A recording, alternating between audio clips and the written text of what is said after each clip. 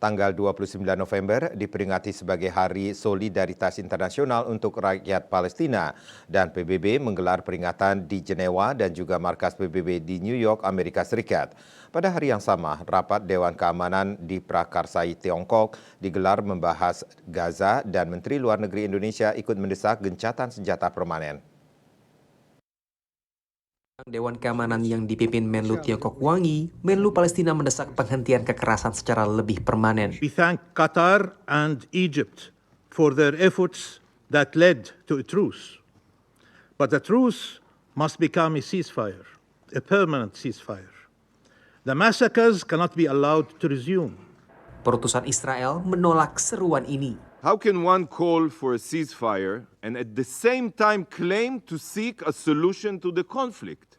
After all, anyone who supports a ceasefire basically supports Hamas' continued reign of terror in Gaza. Meski menyebut positif jeda 6 hari, perutusan Amerika Serikat menilai jalan masih panjang. Even as we welcome the release of these hostages, so many others are not yet free, and their families are still living in hell, unsure when or if they will see their loved ones again.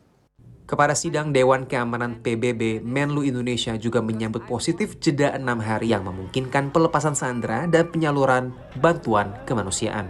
Tetapi Menlu RI Retno Marsudi juga turut mendukung seruan agar gencatan senjata secara permanen dilakukan di Gaza.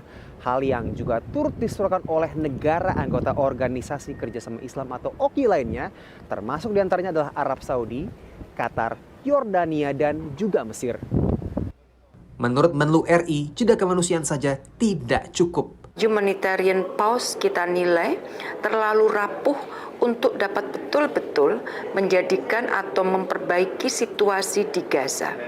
Dan saya bahkan kutip pernyataan Perdana Menteri Netanyahu yang mengatakan bahwa operasi militer akan dilakukan kembali dengan kekuatan penuh pada saat terus selesai atau terus berakhir.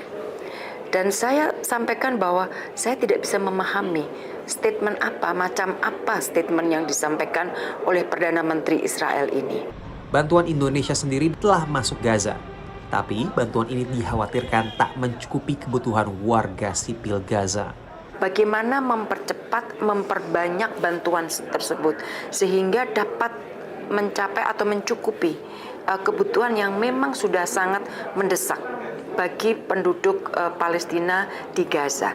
Nah, ini yang dibahas, termasuk yang tadi dibahas dengan Sekjen PBB adalah bagaimana mempersingkat atau menyederhanakan pemeriksaan terhadap bantuan-bantuan yang akan dikirim ke Gaza.